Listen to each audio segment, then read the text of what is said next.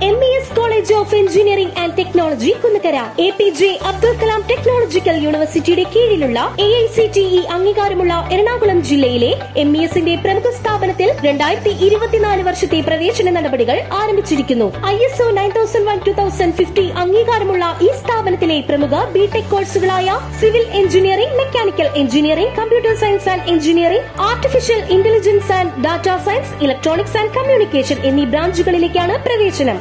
വിദ്യാർത്ഥികൾക്ക് college bus ഉപയോഗം തികച്ചും സൗജന്യമായിരിക്കും. MES മാനേജ്മെന്റിന്റെ കീഴിലായതിനാൽ വളരെയധികം ക്യാമ്പസ് റിക്രൂട്ട്മെന്റ് നടക്കുന്നു. സാമ്പത്തികമായി പിന്നോക്കം നിൽക്കുന്ന പെൺകുട്ടികൾക്ക് ഹോസ്റ്റൽ താമസവും ഭക്ഷണം തികച്ചും സൗജന്യം. ഉയർന്ന മാർക്കുള്ള വിദ്യാർത്ഥികൾക്ക് MES സ്കോളർഷിപ്പുകൾ നൽകുന്നു. അഡ്മിഷന് വേണ്ടി ബന്ധപ്പെടേണ്ട നമ്പറുകൾ: ഫോൺ 9444781611, 8089921675.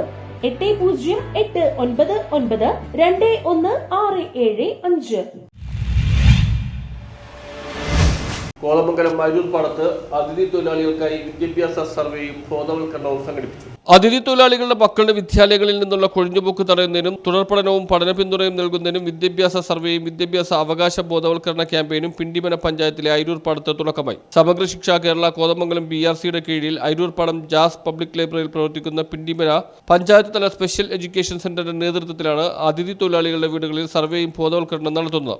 പദ്ധതിയുടെ ഉദ്ഘാടനം ആന്റണി ജോൺ MLA നിർവഹിച്ചു. ക്യാമ്പയിന്റെ ഭാഗമാണ് ഒട്ടേറെ അതിഥി തൊഴിലാളികൾ താമസിക്കുന്ന പ്രദേശമാണ് അയൽപ്പാടും സമീപ പ്രദേശങ്ങളും. അപ്പോൾ ആ നിലയിൽ തന്നെ ഇവിടെ നല്ല നിലയിൽ ഇവിടെ നമ്മൾ വരുമ്പോൾ കുട്ടി നിലവിൽ ഏതായാലും സ്കൂളിൽ ചേർന്നിട്ടുണ്ട്. പിണ്ടിമന സ്കൂളിലാണ് ചേർന്നിട്ടുള്ളത്. പേര് പറഞ്ഞു പേര് അഫ്സാന. മൂന്നാം ക്ലാസ്സിലാണ് അഫ്സാന ചേർന്നിട്ടുള്ളത്. അപ്പോൾ വളരെ സന്തോഷത്തോടു കൂടി തന്നെയാണ് നമ്മുടെ ഈ സ്കൂളിനെയും ഈ നാടിനെയും ഒക്കെ ഇവർ കാണുന്നത്. നമുക്കറിയാം, നമ്മുടെ എല്ലാം പ്രദേശങ്ങളിൽ സ്കൂളിൽ പോകാൻ പ്രായമായ ഏതെങ്കിലും കുട്ടി സ്കൂളിൽ പോകുന്നില്ല എങ്കിൽ അതിനെ ചോദ്യം ചെയ്യാൻ സമൂഹം തയ്യാറാകും. എന്തുകൊണ്ട് ആ കുട്ടിയെ സ്കൂളിൽ വിടുന്നില്ല എന്ന് സമൂഹം തന്നെ അതിനെ ചോദ്യം ചെയ്യുന്ന നിലയിലേക്ക് അത്രയേറെ ഗൗരവത്തോടു കൂടിയിട്ടാണ് നമ്മുടെ കുട്ടികളുടെ വിദ്യാഭ്യാസത്തെ കേരളീയർ കാണുന്നത്.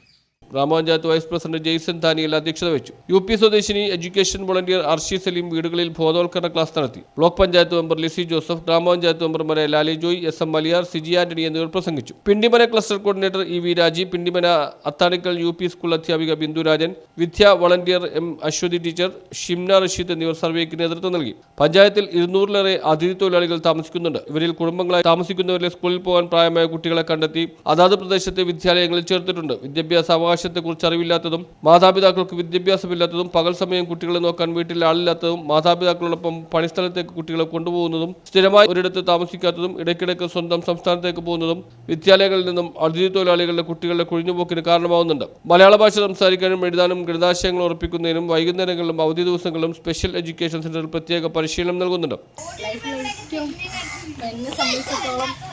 വളരെ ഒരു ഇമ്പോർട്ടൻറ്റ് പാർട്ടാണ് നമ്മുടെ എഡ്യൂക്കേഷൻ.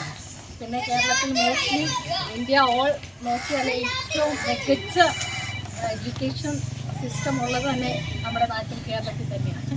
അതാണ് ഞാനിവിടെ നോക്കിയിട്ട്. ഉത്തർപ്രദേശ്, ബീഹാർ, വെസ്റ്റ് ബംഗാൾ, അസം എന്നീ സംസ്ഥാനങ്ങളിലെ കുട്ടികളാണ് സെന്ററിലുള്ളത്. News bureau, Kothamangalam.